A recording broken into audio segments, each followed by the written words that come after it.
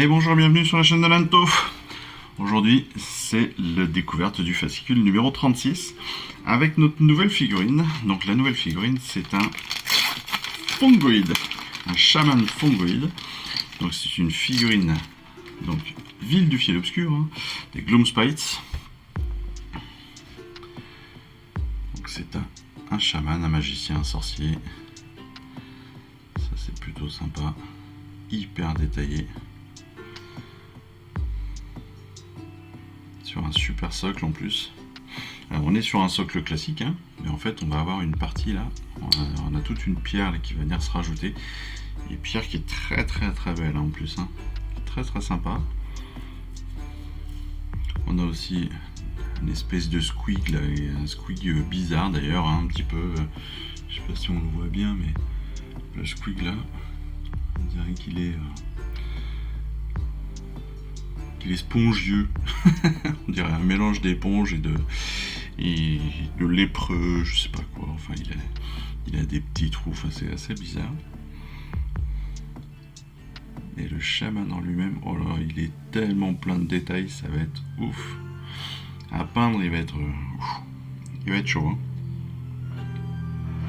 Ça va être très très très chaud sur la peinture. Mais il est vraiment classe, hein. Vraiment classe, sa tête là, magnifique. Je sais même pas ce que c'est ça, c'est... Ah mais il y a une bestiole. Ça doit être l'arrière ou un truc comme ça. C'est un espèce de scorpion là qui vient... Waouh. Ah, c'est énorme. C'est énorme. Il a un corps de scorpion, de scolopendre qui est pendu, ou qui lui tient la robe, enfin je sais pas. Ouais, ça va être une jolie figurine et à peindre, je pense que ça va être très très très sympa ça. Bon allez, je vais arrêter de l'admirer. C'est une figurine de 2018, donc c'est pas mal, elle a que 6 ans, et honnêtement, elle tient vraiment la route, hein. Elle est vraiment vraiment belle. Elle est encore un petit peu assez compacte comme toutes les Gloomspites malheureusement, mais elle est balèze, hein. Elle est jolie. Allez, sur le fascicule, évidemment, comme d'habitude, on va découvrir tous les aspects, hein, la lecture collection, l'assemblage peinture et le jeu bien sûr, avec des nouvelles tactiques de base sur la destruction. On reviendra sur la partie assemblage, peinture et jeu bien sûr, hein, vous le savez, on a des nouvelles, d'autres vidéos qui viendront. Et on débute avec Kragnos. Kragnos, le glas des empires. Surnommé le glas des empires, Kragnos a annihilé un grand nombre de nations. C'est le dieu des séismes et des bouleversements, Kragnos, qui incarne la sauvagerie des royaumes bêtes.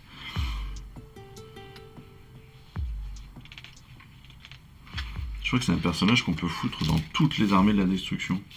Que ce soit Iron Jaws, que ce soit les villes du fiel obscur, etc. Enfin voilà.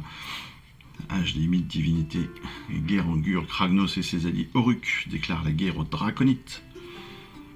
Il était prisonnier, le rituel de la vie d'Alariel, l'Excel-6. Kragnos assiège la ville d'Excel-6. On passe au royaume du chaos, évidemment, avec la ville-ville. Facile à dire, ça, la ville-ville. Au-delà des limites de la réalité se trouve l'abominable ville-ville, une métropole cauchemardesque où vivent les Skaven.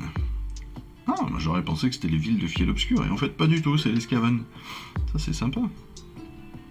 Les trous de vermine, oui, forcément. Ce sont des rats, donc les rats creusent des tunnels et des trous.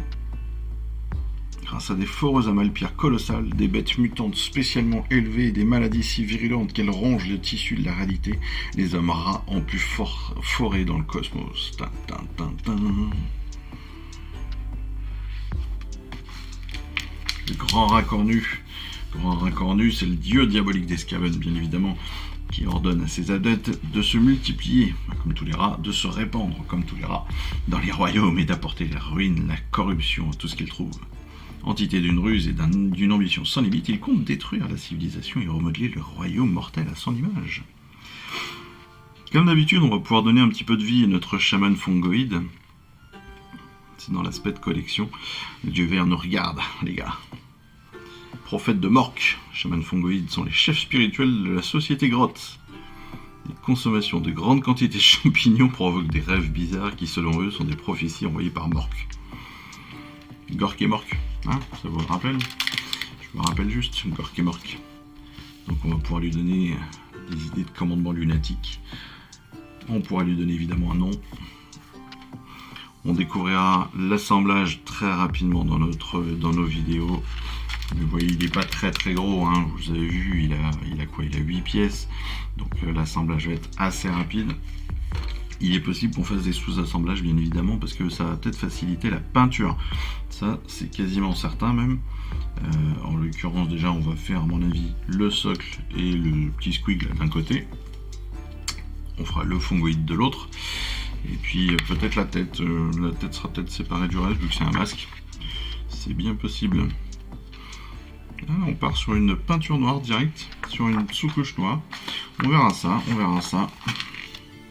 On continuera évidemment sur les règles, avec les règles de bataillon, avec, ça c'est important, si vous voulez jouer sur des grandes ampleurs, toutes les règles de bataillon, c'est important à comprendre comment est-ce que ça fonctionne. Les tactiques de la destruction, avec le boss qui tue et le chaman, ça aussi c'est important parce que mine de rien, c'est toujours compliqué de connaître les avantages et les inconvénients de nos figurines. Ça nous permet de nous donner un rapide coup d'œil sur nos principales figurines qu'on a depuis le début, et ça c'est parfait. Évidemment, la charte d'unité du chaman, et puis derrière on part sur une bataille assez petite pour une fois, c'est bien, ça va changer un petit peu. Assez petite, c'est-à-dire qu'il y a 40 d'un côté, dont les 20 archers, donc ça va aller vite ça. Et puis bien sûr, les découvertes des prochains numéros avec les gardiens d'Iltari, donc 4 figurines sylvanettes, très belles encore une fois. Là, on est sur la précision. Je trouve que les sylvanettes sont vraiment très beaux. Je sais pas si je vais aimer les peindre, mais je trouve que les figurines sont vraiment hyper détaillées, hyper fines. Oui, c'est fait pour, mais c'est tellement naturel, etc. C'est très joli. Et puis on va avoir aussi 5 Vindictors, donc en numéro 38. 5 Vindictors qui malheureusement m'ont l'air d'être exactement les mêmes que ceux qu'on a déjà. Ça c'est un petit peu con, mais bon, c'est pas très grave. Sans doute qu'on nous les fera monter, il y a peut-être des variantes de tête ou de choses comme ça qui vont nous permettre d'avoir des figurines légèrement différentes. En tout cas, on croise les doigts. Allez, c'était très bien pour ce numéro 36, là, on va s'arrêter là. On se retrouve très rapidement pour les vidéos d'assemblage, de peinture, de bataille, et puis pour le prochain numéro, le 37. Allez, en attendant, moi je vous souhaite une excellente journée, une excellente fin de semaine, et puis je vous dis à très vite. Allez, à plus, ciao, bye bye. Je vous remercie d'avoir suivi cette vidéo. Si ça vous a plu, eh bien abonnez-vous, lâchez un petit like et un commentaire, et suivez-moi sur Instagram où je poste régulièrement des photos de mes dernières réalisations et dernières peintures. Et puis comme il est maintenant de tradition sur la chaîne, je vous souhaite une excellente fin de journée, et surtout, lisez bien, collectionnez bien, assemblez bien, peignez bien, et jouez bien. Allez, je vous embrasse, et puis je vous dis à très vite. Allez, ciao, bye bye.